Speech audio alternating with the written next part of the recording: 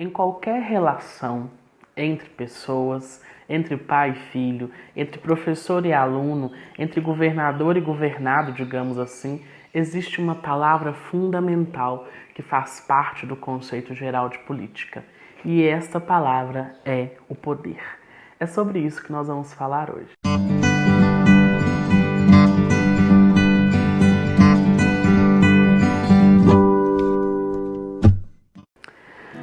Olhando pelo dicionário de conceitos históricos, para ele começar a falar um pouco para a gente sobre política, um dos primeiros conceitos que ele levanta, e segundo ele não existe como trabalhar política sem trabalhar este outro conceito, é o conceito de poder. Poder está totalmente ligado à ideia de...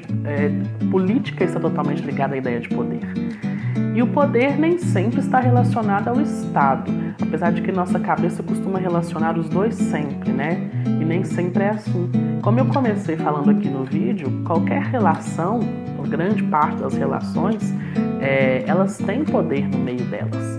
Porque sempre tem aquele que tem um certo domínio sobre o outro e que dita algumas regras para o outro. Digamos que numa relação, por exemplo, pai e mãe, o pai e a mãe e os filhos, no caso, os pais, eles têm o poder de fazer com que o filho faça algo que voluntariamente ele não faria, né? Ele não faria por si só. Então, através da relação de poder, o pai e a mãe têm como fazer com que o filho faça aquilo que eles querem que ele faça. E existem outras tantas relações que nos fazem pensar assim também. Professor e aluno, onde o professor, através do seu poder, faz com que o aluno exercite algum tipo de conhecimento, faça algumas atividades, um para casa e por aí vai. O poder está muito presente nas nossas relações. E não podia ser diferente com a política, que também é parte assim, fundamental da nossa forma de viver. A política ela se encontra em diversos meios e não só na forma de governar, como a gente costuma precocemente definir. Política é algo que está em todos nós. O poder, segundo Weber, é uma forma de dominação muito grande. E aí eu fiz umas anotações aqui para a gente ter uma noção de quais são os principais pontos para entender essa questão de poder. O poder ele sempre tem algumas coisas, né? Alguns pontos principais. Ele acontece de algumas formas. Ou pela repressão, ou pela persuasão, mas ele precisa ser legítimo. É necessário que haja legitimidade para que o poder se efetive. Às vezes, grande maioria das vezes, o governo principalmente usa de várias formas para agir com repressão para que o poder se legitime. Mas é necessário que ele seja reconhecido pelo povo para que ele permaneça. Então não adianta só ter a repressão. É necessário que haja também uma persuasão para que a partir daí ele seja legítimo. Aqui Weber vai deixar isso bem claro, porque segundo ele, um poder ele só se legitima através de você persuadir pessoas, digamos assim, essas pessoas te legitimarem como dono do poder, como a pessoa que está detendo o poder em mãos. O governo, por exemplo. O governo, a forma dele legitimar o poder é de uma forma muito clara e evidente. Ele não pode sempre usar da força e da repressão, porque senão ele causaria muitas manifestações contrárias e ele não seria legítimo. O povo não reconheceria ele como poder legítimo. Porém, no governo existe um discurso, uma propaganda que faz com que nós reconheçamos ali naquele poder um poder que nos favorece. Então, através do discurso, através da persuasão, através da propaganda, muitos governos legitimam grandes sistemas aí, como o nazismo, o fascismo, muitas vezes o socialismo, em alguns pontos específicos, usaram da propaganda grandiosamente. No Brasil, o governo de Vargas foi um governo que teve uma propaganda grandiosa através do rádio.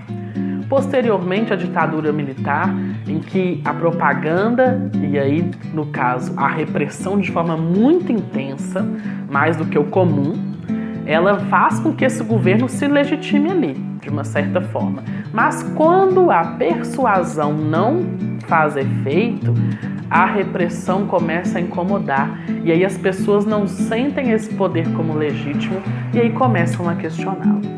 Na política, o poder é fundamental para que ela aconteça.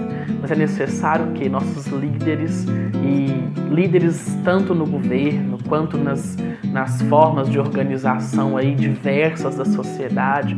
Hoje nós temos ONGs, nós temos associações, nós temos grupos, nós temos várias formas de o poder se tornar legítimo, várias formas do poder se organizar para que controle um grupo para que ele atenda a necessidades próprias daquele grupo.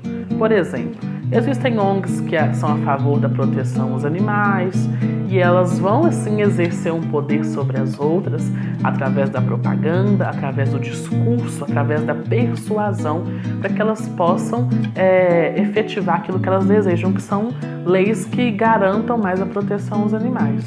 Em todas as esferas da sociedade, o poder, a política são muito fortes, muito presentes. Para que nós possamos entender a política nesse âmbito geral, é importante ter claramente a ideia de poder. Porque se você não tem essa ideia de poder, se você não tem essa ideia de que o poder precisa passar por essas etapas de persuasão, de repressão, para que ele seja legítimo, você não consegue entender como funciona a política no nosso sistema, a política na nossa sociedade.